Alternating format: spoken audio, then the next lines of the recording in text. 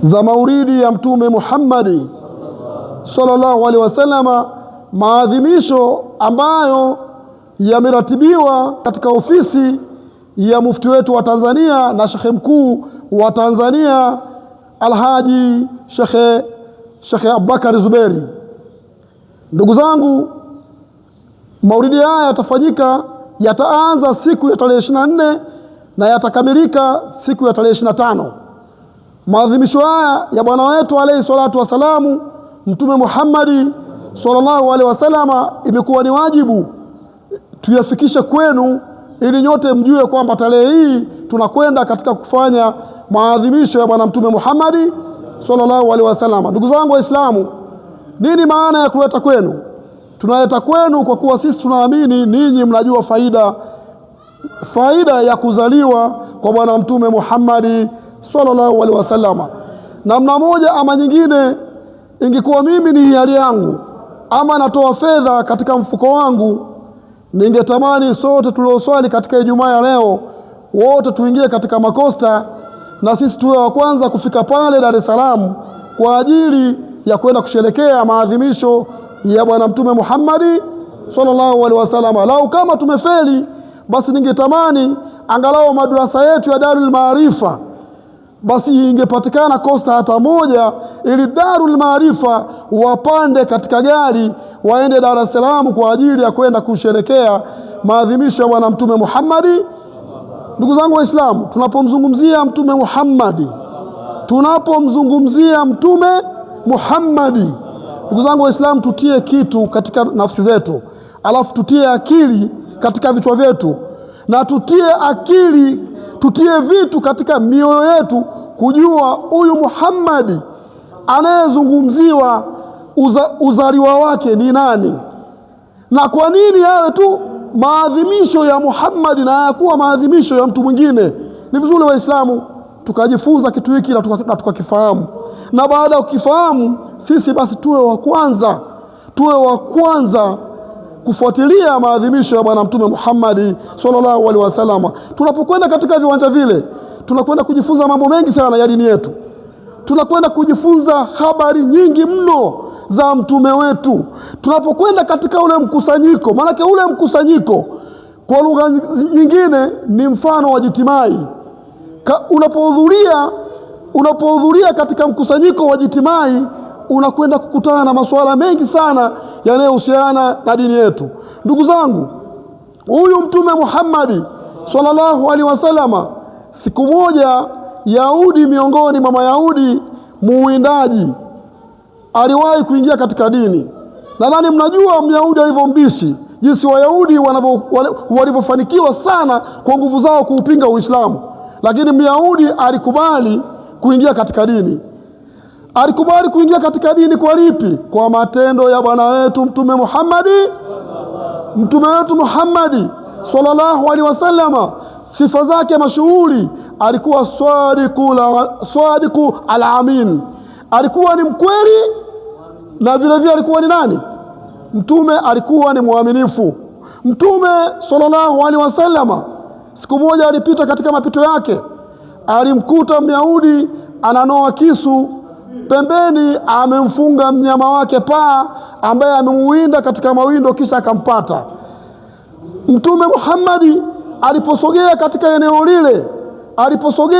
eneo lile, alimshuhudia kwa macho yake mnyama paa anatoa machozi, yanamiminika machozi paa baada ya kumuona Mtume.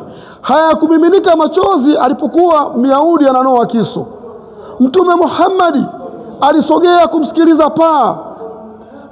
Alimwambia Mtume kwamba, ewe Mtume wa Mwenyezi Mungu, na kuomba uniombee kwa huyu Myahudi aliyenipata katika mawindo, kwani mimi kwenye pango langu nilikotoka nimeacha watoto wangu wawili, toka asubuhi hawajanyonya. Mimi niko hapa nimefungwa kamba na Myahudi amenipata katika mawingo. Tumswalie Mtume hali ya adabu na taadhima. Mnyama paa aliongea maneno yale kwa Mtume, machozi yanamiminika, huku akiwa na yakini kwamba Mtume wa Mwenyezi Mungu atanisaidia. Mtume wa Mwenyezi Mungu alimwambia muwindaji,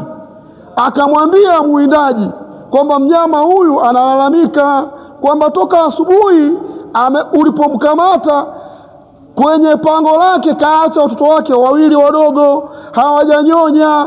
Mnyama huyu anakuomba wewe umruhusu aende akanyonyesha watoto kisha arudi wewe umchinje. Myahudi kwa kuwa yeye siku zote ni mtu wa kukejeli Uislamu, anaikejeli dini, anamkejeli Mtume, hajawahi kumwamini Mtume hata siku moja. Myahudi alimwambia Mtume, mnyama huyu namfungulia, lakini mnyama huyu anapoondoka kwenye huyu mti nakufunga wewe, huyu mnyama asiporudi mimi nakuchinja wewe. Mtume alimwambia Myahudi nifunge. Myahudi alimfunga Mtume katika mti. Myahudi akafungulia paa akaondoka. Paa alikwenda katika pango lake, aliwakuta watoto wake, aliwaambia watoto wake, enyi wanangu, nyonyeni haraka, Mtume wa Mwenyezi Mungu amefungwa katika mti kwa ajili yenu nyinyi. Mtume wa Mwenyezi Mungu amefungwa katika mti kwa ajili ya kuwaonea huruma nyinyi. Nyonyeni haraka ili mimi nirudi, Mtume wa Mwenyezi Mungu afunguliwe. Watoto wa paa wakasema, tunanyonya haraka ili uwai uende ili Mtume wa Mwenyezi Mungu afunguliwe. Huruma za Mtume wa Mwenyezi Mungu zimemfanya paa aachiwe, yeye afungwe katika mti. Mtume amewanyonyesha paa, kisha Mtume karudi. Aliporudi pale Myahudi, sisemi tena Mtume, paa akawanyonyesha wanaye. Baada ya kuwanyonyesha wanaye, paa sasa anarudi haraka ili Mtume afunguliwe. Yahudi anashangaa, paa karudi tena mara ya pili.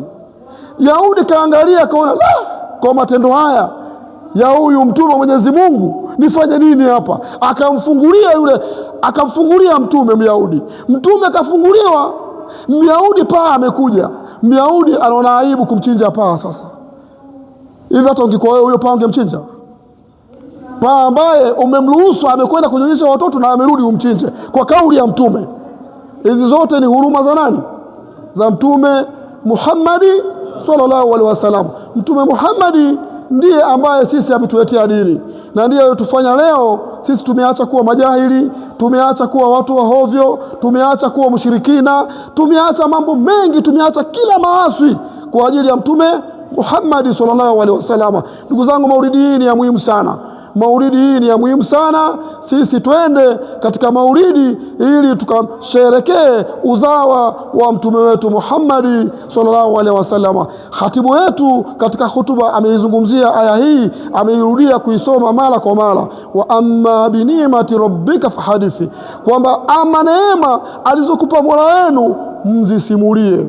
Hakuna neema kubwa kuliko neema zote kuliko kuzaliwa nani? Mtume Muhammad sallallahu alaihi wasallam. Na hakuna Muislamu hata mmoja, hata hao tunaowaita kwamba wanapinga maulidi, nao pia wanamswalia nani? Mtume Muhammad sallallahu alaihi wasallam. Kwani kwa hakika hakuna swala inayokamilika, swala inayokwisha endapo hujamswalia nani? Hujamswalia Mtume Muhammad. Pale katika atahiyatu pale, kama hujamswalia Mtume, swala yako haiwezi kufanyaje? Haiwezi kukamilika. Pale katika atahiyatu pale, kama hujawaombea msamaha wazazi wako wangapi? Wazazi wako wawili, yani baba wako na mama yako, swala yako kidogo inakuwa na mapungufu. Hii ni nini? Na ndio maana Allah akasema, inna Allaha wa malaikatahu yusalluna ala nabii ya ayyuhalladhina amanu sallu alayhi wa sallimu taslima.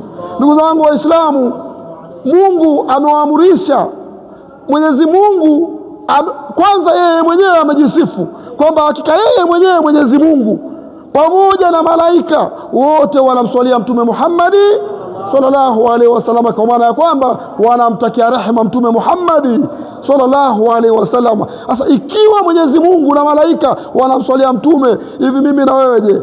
Mimi na wewe tuna nini zaidi? Tuna nini cha kutupa kibri? Ni hii afya tulionayo, fedha tulizonazo, watoto tulionao, mbona vyote havikuwa vya kwetu? Kumbuka tu siku unavyozaliwa ulikuwaje. Utagundua kwamba unapozaliwa hukuwa na kitu chochote, tena ulikuwa mtupu, si ndio? Ulikuwa mtupu, si ndio? Vyote tumevipata kwa uwezo wa nani?